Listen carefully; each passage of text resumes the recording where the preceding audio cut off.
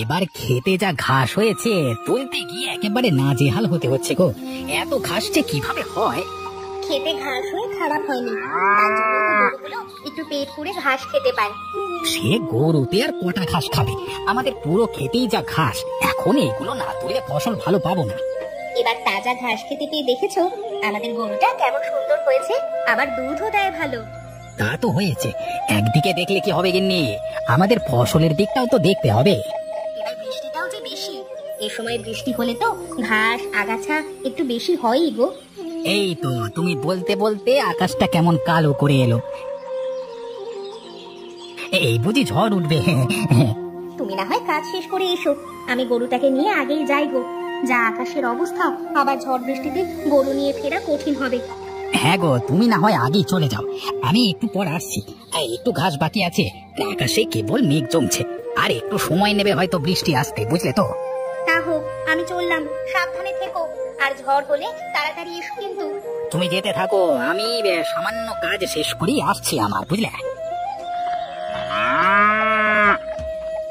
এই ঝড় বৃষ্টির জন্য এবার কিছুই ভালো মতো হচ্ছে না, না বাড়ির কাজ, না মাঠে একটু গরু চড়ানো। সব সময় আকাশটা মেঘ করে আসবেই, ওদিকে ধানগুলো শুকনো দরকার।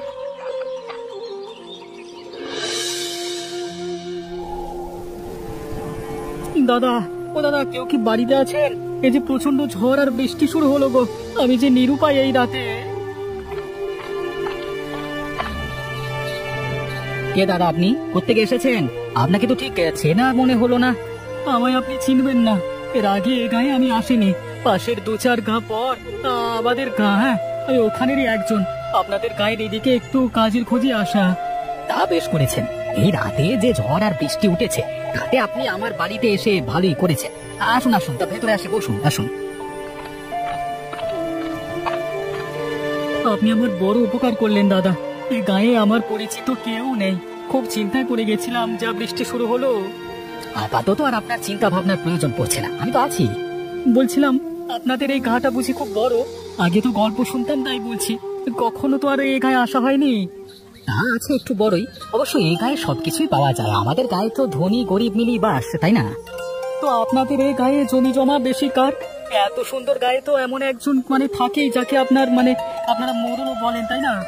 জমি জমার কথা বললে তো কৈলাস বাবুর নামই আসবে, আর তাছাড়া অবশ্য তিনি আমাদের সবার মোড়ল হিসেবেও পরিচিত। তা তো ভালো কথা। এই গায়ের গরিবরা কেমন দাদা, সবাই দুবেলা ভাত পায় তো? এই গায়ের গরিবরা একটু টানাপোড়েনের মধ্যেই থাকে, কারণ জমির ফসল মোড়লকে দিয়ে হাতে কিছু থাকে না বললেই চলে, বুঝলে। আচ্ছা আচ্ছা, বেশ বেশ বেশ। হঠাৎ আপনি এই গায়ের এসব খবর কেন শুনছেন? হ্যাঁ, এটা আমার ছোট থেকে অভ্যেস, আমি লোকেদের দুঃখ কষ্ট শুনতে এবং তাদের পাশে থাকবার চেষ্টা করি। আহা, শুনে মনে বড় শান্তি লাগছে। বুড়ো বয়সে অনেকেই কত কষ্টে থাকে, আপনি তাদের পাশে দাঁড়ান, এ তো মহৎ কাজ, এ তো অনেক বড় কাজ।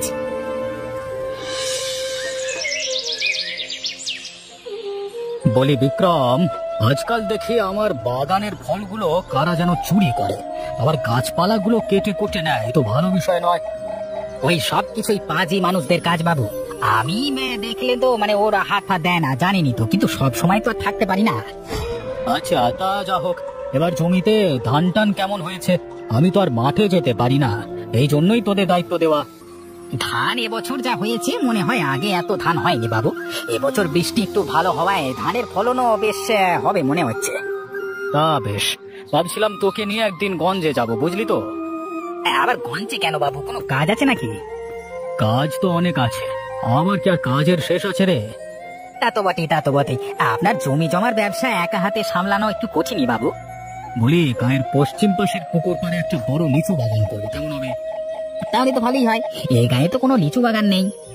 এই জন্যই তো একটু গঞ্জে গিয়ে খোঁজ খবর নেব, ভালো লিচুর চারা পাওয়া যায় কিনা, আমার বহুদিনের শখ, বুঝলি তো।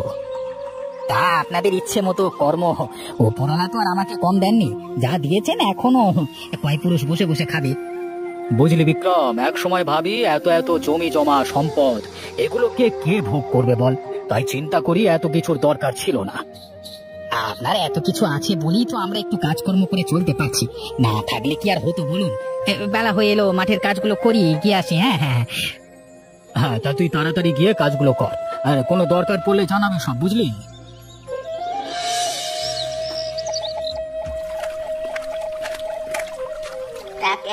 আছো গো বৌমা? তোমাদের যে আর দেখাই পাই না। আমিও বুড়ো মানুষ, একটু যে তোমাদের ওদিকে যাব তার হয়েই ওঠে না। আছি গো কাকিমা। তোমার শরীর কেমন গো? এই বয়সে একা কেউ নদী ঘাটে আসে জল নিতে? কি আর করবো, আমার কি আর কেউ আছে গো? এখন শেষ বয়স, যতদিন আছি একাই করতে হবে। সবই ওপরওয়ালার ইচ্ছে গো। তা তো বুঝলাম, কিন্তু হঠাৎ করে কোথাও পুড়ে টুড়ে গেলে তোমার তো বেশ ক্ষতি হবে গো। তখন আবার কে যত্ন করবে? আমার যত্ন ওপরওয়ালাই করবেন। তোমাদের মতো তো আমার আর সেই বয়স নেই। তোমার কথা খুব মনে পড়ে গো। এই যে আজ দেখা হলো, দুটো কথা শুনতে পেলাম। তা হ্যাঁ রে, তোদের বাড়িতে শুনলাম নতুন মানুষ এসেছে। হ্যাঁ গো, সেদিন প্রচন্ড ঝড় হচ্ছিল। একজন এসে খুব অসহায় অবস্থায় রাতে আশ্রয় চাচ্ছিল। তখন তো আর আশ্রয় না দিয়ে উপায় নেই বলো। লোকটা অবশ্য মন্দ নয় গো। সে মন্দ না হলেই ভালো। গায়ের লোকগুলো তো ভালোই বলছে, মানুষের বিপদে আপদে নাকি বেশ এগিয়ে যায়। তা তো সঠিকই শুনেছ গো। গায়ের লোকদের বিপদে নাকি লোকটার খুব কষ্ট হয়, সাহায্যও করে। এজন্য আমরাও লোকটাকে আমাদের বাড়িতেই থাকতে দেই। হ্যাঁ, আমিও তাই শুনি। তা থাকো গো, যা রোদ পড়েছে, আমি আসি। আমি না হয় তোমায় একটু এগিয়ে দেই গো। এই রোদে তুমি কি একা একা যেতে পারবে? না না বৌমা, আমি একাই যেতে পারবো। আর তোমাকে এত কষ্ট করে যেতে হবে না।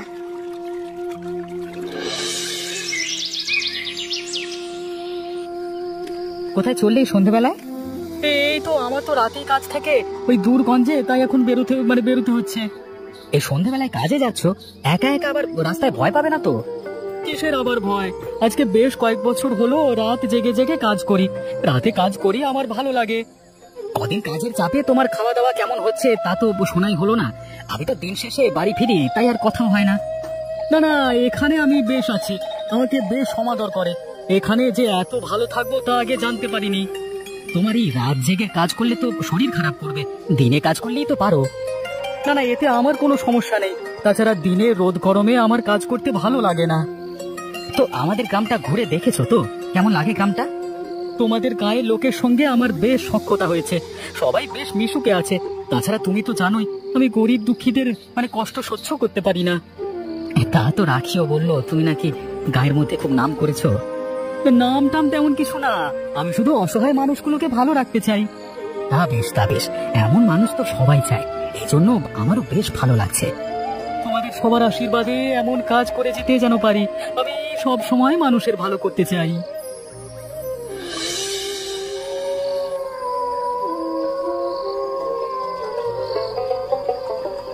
একটু থালাটা এগিয়ে দাও, আর একটু ভাত দেই গো।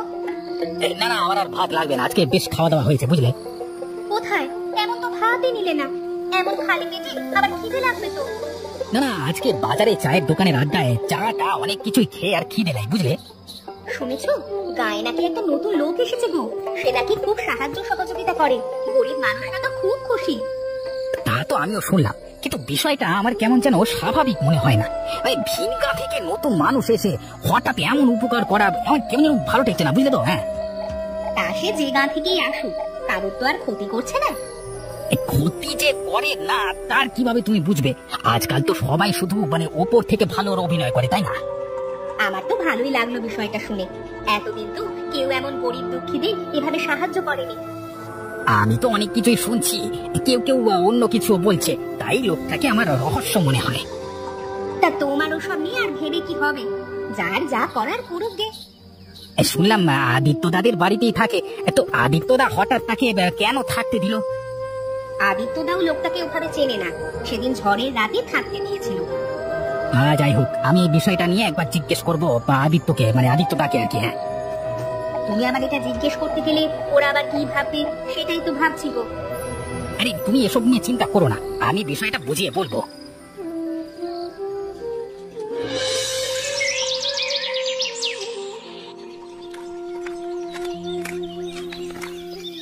কে গো? ও তুমি? তা কি মনে করে বাবা? এসো এসো, বসো। আসলাম গো কাকিমা, শুনলাম তোমার শরীরটা নাকি ভালো না। আর কি ভালো থাকবো, এখন বয়স হয়েছে, আমার কি আর যুবক বয়স বাবা? তা কাকিমা, তোমার ছেলে পুলে কেউ কি নেই? এ বয়সে একা একা থাকো যে? আমার ছেলে পুলে কেউ নেই গো বাবা। একটা মেয়ে ছিল, তাকে বিয়ে দিয়েছি। সে থাকে অনেক দূরে, বছরে একবার আসলে আসে, না আসলে আসে না। ইস, সে তো বড় কষ্টের বিষয় গো। তা তুমি অসুস্থ হলে সেবা টেবা করে কে গো? সে তো আমি নিজেই করি, আমার আর কি সেবা করবে? এই যে কদিন হলো খাবার দাবার কিছুই নেই। সে কি, খাবার দাবার নেই তো তুমি কি খেয়ে আছো? হ্যাঁ, ওই তো কলসিতে একটু জল আছে, তাই একটু করে খেয়ে নি। কি করব, আমি তো আর কাজ করতে পারি না বাবা। না না, এভাবে তো তোমার বেশ কষ্ট। আমি তো সব জানি না। কালকে একবার শুনলাম চায়ের দোকানে তোমার এমন অবস্থার কথা।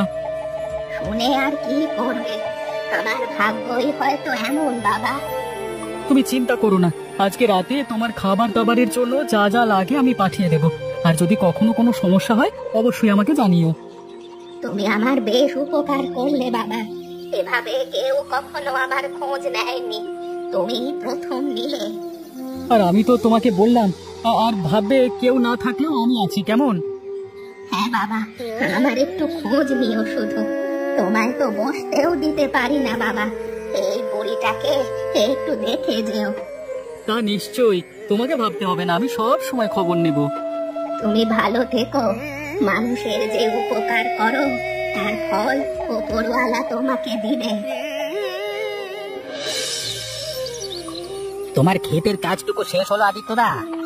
গরমের জন্য তো দিনের বেলা খুব কাজ করা যাচ্ছে না, এখন অনেক কাজ বাকি আমার অবশ্য অল্প জমি তো, তাই কাজ প্রায় শেষ গো দাদা।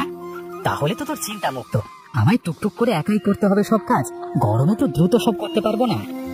তা তো করতেই হবে। তোমায় একটা কথা বলতে চাই গো। হ্যাঁ, কি যেন মনে করবে না তুমি? হ্যাঁ, কি বলতে চাস বল। এতে আবার মনে করবার কি আছে, বলে ফেল। এই যে তোমার বাড়িতে যে লোকটা এসেছে, ওকে নিয়ে। ও, ভুবনের কথা?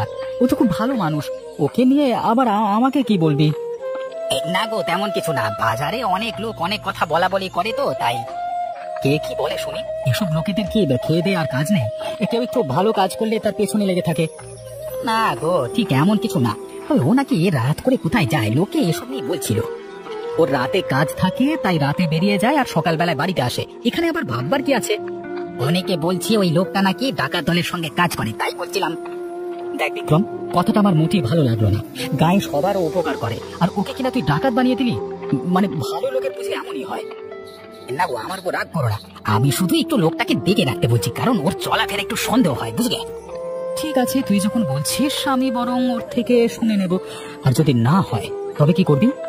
তবে তো ভালোই, কিন্তু ওকে না বলে তুমি নিজে একটু ভালো করে চোখ রেখো না, তাহলে তো হবে। ঠিক আছে, তবে তাই করব। দেখি ও কেমন, ডাকাত না খুনি, তারপর কথা হবে।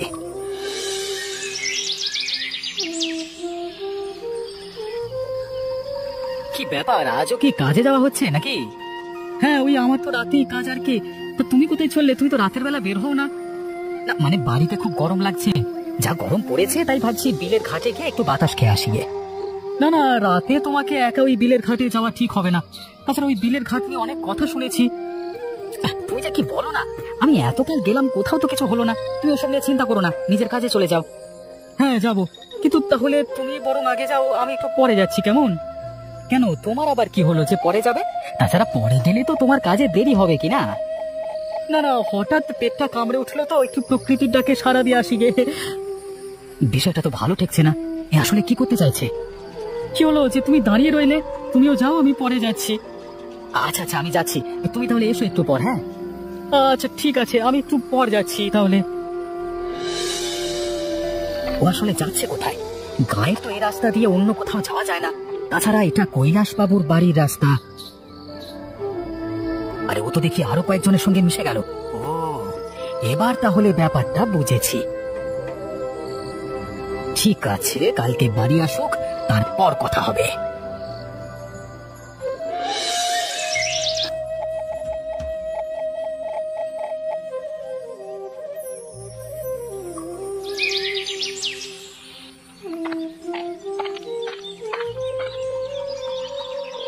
কই গো বৌদি, আছো নাকি? সারা রাত জেগে কাজ করে বড্ড খিদে পেয়েছে গো। তোমার রান্না হলো? তুমি সারা রাত কি কাজ করো তা আর আমাদের জানতে বাকি নেই। তুমি যে এত মিথ্যে কথা বলতে পারো তা ভাবতেও পারছি না। এসব কি বলছো বৌদি? আমি আবার কখন মিথ্যে বললাম? হঠাৎ এমন রেগে আছো যে? তুমি রাগের কাজ করবে আর আমি রেগে থাকবো না, তা কি করবো? হ্যাঁ, কি হয়েছে খুলে বলো। আমি তো তোমার কথা কিছুই বুঝতে পারছি না গো। এমন রেগে গেলে কি হয় বলো? আমি আর কি বলবো, তোমার দাদার কাছে শোনো। কি হয়েছে গো আদিত্য দা, বলো তো? এমন মুখ ভার করে আছো কেন? আমি তোমাকে খুব বিশ্বাস করে বাড়িতে ঠাঁই দিয়েছিলাম, কিন্তু তুমি যে এত বড় পাজি আমার কল্পনা তো ছিল না। তোমার কথা বুঝতে পারছি না গো।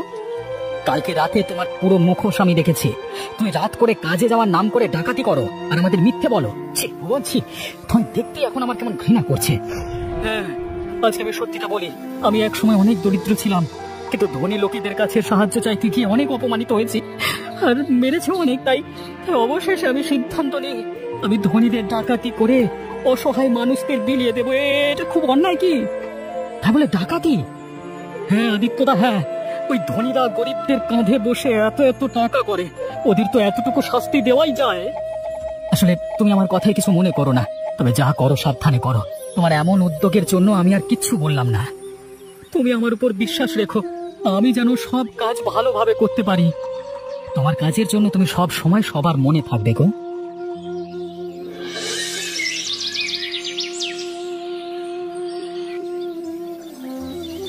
কি ব্যাপার ভুবনদা, তুমি আমাদের বাড়িতে যে? এ বাড়িতে তো এর আগে কখনো আসোনি গো। এলাম একটু, তোমার সঙ্গে কিছু পরামর্শ ছিল তাই। আমি ক্ষুদ্র মানুষ, আমার সঙ্গে কি আর পরামর্শ করবে তুমি? কে বলেছে ক্ষুদ্র তুমি? এসব ভুল কথা, সবারই একটা পরিচয় আছে। তা বলো কিভাবে তোমার সাহায্য করবো আমি? দেখো, তুমি হয়তো আমাকে অনেক খারাপ ভাবো। আসলে আমি ডাকাতি করি এটা ঠিক, কিন্তু সেটা নিজের জন্য নয়। তোমার এই ভুলটা ভাঙাতে এলাম। আমি তো সেই বিষয়ে কিছু বলিনি ভুবনদা, তবে তোমায় নিয়ে অনেকে অনেক কথা বলতো, এজন্য আদিত্যদাকে বলেছি। যাক সেসব কথা, আমি একটা সুন্দর চিন্তা করেছি। তুমি যদি আমার সঙ্গে একটু সাহায্য করো তবে বেশ হয়। তোমাকে সাহায্য করতে পারলে আমারও ভালো লাগবে। তা বলে ফেলো কি করতে হবে। আমরা এই গাঁয়ে একটা সংঘ করব, যেখানে গরিব অসহায় লোকেরা যে কোনো সময় এসে সাহায্য পেতে পারবে। কেমন হবে? তাহলে তো মন্দ হয় না, এই বেশ হয় কাজটা, বুঝলে? তাহলে তুমি একটু ভেবে দেখো, আমি গরিব দুঃখীদের কষ্ট দেখতে পারি না, আর এই জন্যই আমি লুটেরা ধনবানদের ধন ডাকাতি করি। ঠিক আছে ভুবনদা, আমি তোমার সাথে থাকবো, আমারও এই কাজ করতে ভালো লাগবে। আজকে তাহলে উঠি, কথাটা একটু ভালোভাবে নিজের মাথায় রেখো কিন্তু।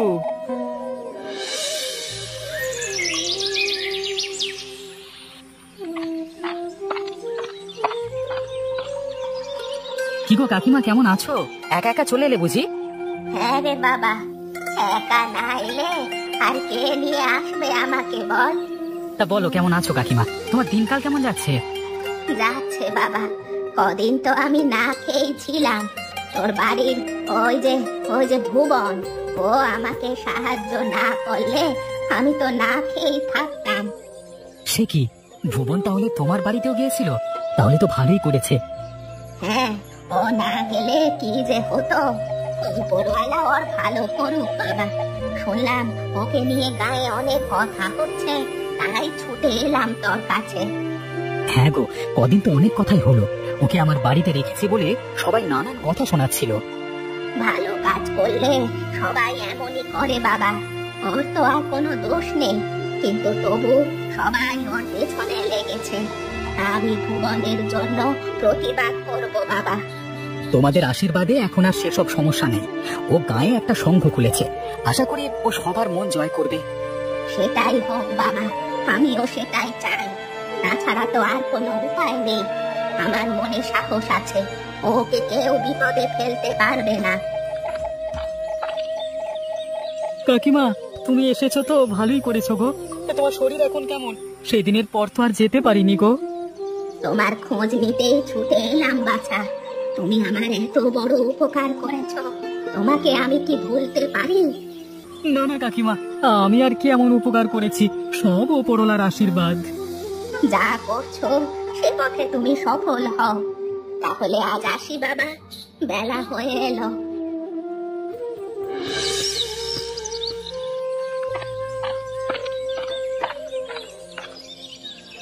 আদিত্য, তুই এসেছিস, বেশ ভালো করেছিস। আয় আয় আয় আয়। হ্যাঁ বাবু, আপনি হঠাৎ ডেকে পাঠালেন তাই চলে এলাম আর কি। মানে শুনলাম তোর বাড়িতে কে একজন নাকি এসেছে, গায়ের লোকেদের নাকি খুব উপকার করে।